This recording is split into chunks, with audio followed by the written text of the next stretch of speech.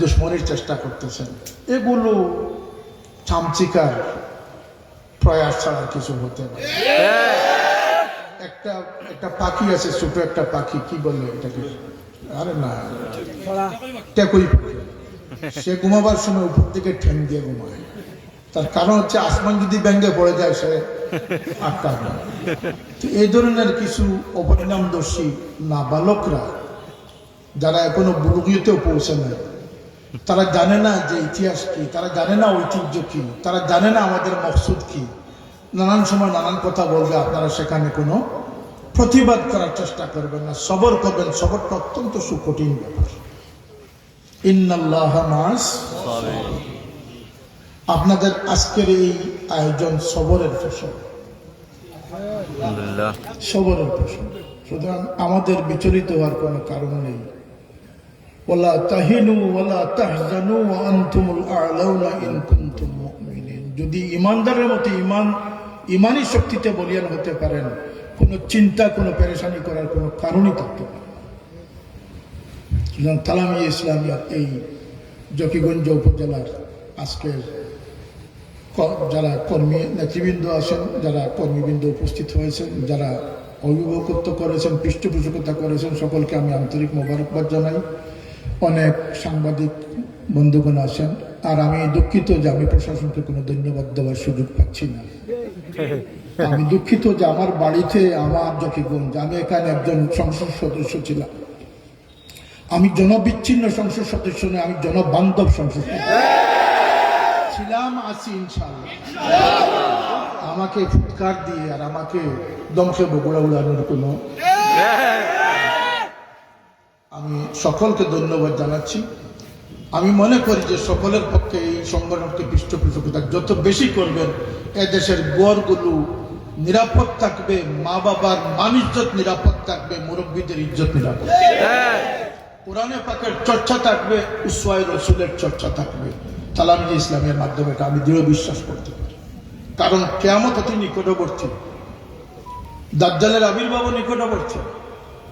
এটা সার্কামস্ট্যান্স বলতেছে, আল্লাহর নবীর ভবিষ্যৎবাণীর আলোকে বলা যায়। কিন্তু মনে রাখবেন, প্রতিটি কিয়ামত সৃষ্টি হবে গড় থেকে। প্রতিটি গড়ের সন্তানদের নাফরমানি থেকে কিয়ামত সূচনা হবে। ওয়াইন তালিদাল আমাতু রাব্বাতাহা উকুকুল ওয়ালিদাইন আক্কা উম্মাহু। মাকে যখন পুচ্ছি করে ফেলবে, মাকে যখন দুঃখের পর দুঃখ দিয়ে অন্তরকে জাজরা করে দিবে, মনে রাখবেন এই গোটা কিয়ামত শুরু হয়ে গেছে। সুতরাং আমাদের সতর্ক হওয়ার প্রয়োজন আছে না নাই?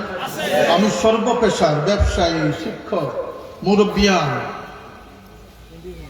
জনপ্রতিনিধি যারা আছেন সর্বস্তরের সকলের নিকট বিনীত অনুরোধ করতেছি যে আসুন আমরা আদর্শের মাধ্যমে আমরা যে অতই গহ্বরে চলে যাচ্ছি, সেখান থেকে আমরা এবং আমাদের আগামী ভবিষ্যৎকে আমরা যেন উদ্ধারের চেষ্টা করতে পারি। আমার কথাগুলোর সাথে কি সবাই একমত আছেন? আপনারা কি বিশ্বাস করেন মুমিন মুসলমানকেও দ্বিমত করার কোনো কারণ আছে? কারণ আমার বিরুদ্ধে তো প্রচারণা করবেন। আমি তো আপনাদের সকলের কাজ করতেছি, কথা বলেন। যেটি আজকে কেউ বলতেছে না, আমি সেটি বলতেছি, এবং এই বলা থামবে না ইনশাল্লাহ। আমার বলা একার বলা না, আমার বয়স হচ্ছে কোটি মানুষের। আমরা বেঁচে থাকতে, শাহজালালের উত্তরসূরিরা বেঁচে থাকতে, ফুলতলি সাহেবের উত্তরসূরিরা বেঁচে থাকতে আমরা কোনো অন্যায়ের সাথে আপোষ করতে পারি না। মসজিদের মিম্বর গুলাকে কলঙ্কিত করা হচ্ছে, মেহরাবকে কলঙ্কিত করা হচ্ছে, হুজরাকে কলঙ্কিত করা হচ্ছে, সিঁড়িঘরকে কলঙ্কিত করা হচ্ছে। আমি আর বিস্তারিততে যাচ্ছি না। বয়সকে অপমানিত করা হচ্ছে, কথা বলেন, বয়সকে অপমানিত করা হচ্ছে, পাগড়িকে অপমানিত করা হচ্ছে। আর কিছু ফাউলরা আছে যারা কোরআনের সাথে বেয়াদবি করতেছে, আল্লাহ নবীর সাথে বেয়াদবি করতেছে, আহলে বয়তে আথারের সাথে বেয়াদবি করতেছে। ইমাম হুসাইন রাদিয়াল্লাহু আনহুকে তারা এজিদের সামনে মোকাবিলায় তারা হুসাইনকে তারা দোষী সাব্যস্ত করার চেষ্টা করতেছে। এই মুহররম আসতেছে, মুহররম আসলে, মিলাদুন নবী আসলে অনেকের গাত্র জ্বালা শুরু হয়ে যায়। কেন ভাই, তুমি মুনাফিক না মুমিন?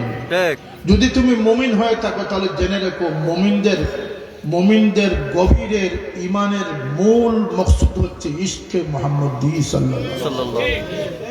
ইত্তেবা দিয়ে মুমিন হওয়া যায় না, ইশক দিয়ে সাহাবী হয়েছে। আর ইত্তেবা থাকা সত্ত্বেও মুনাফিক হয়েছেন। আমার ডানে বায়ে আলিম মুহাদ্দিসিন যা আছেন, কথা বুঝে এসেছে। যারা মুনাফিক হয়েছে তাদের আমলে কোনো কমই ছিল না। সুতরাং আমল দিয়ে ইসলাম নয়, ইসলাম হচ্ছে আমল দিয়ে, আর ঈমান হচ্ছে অন্তরের দৃঢ়তা দিয়ে, ইশক ও মহব্বত দিয়ে। দুটো না হলে আপনাকে কামিয়াবির পথ উন্মোচন করা সম্ভব। কাকে মানুষ বিশ্বাস করবে? যাকে মানুষ বিশ্বাস করতেছে সেই মানুষকে প্রতারিত করতেছে। আজকের দিনে একদল বিশ্ব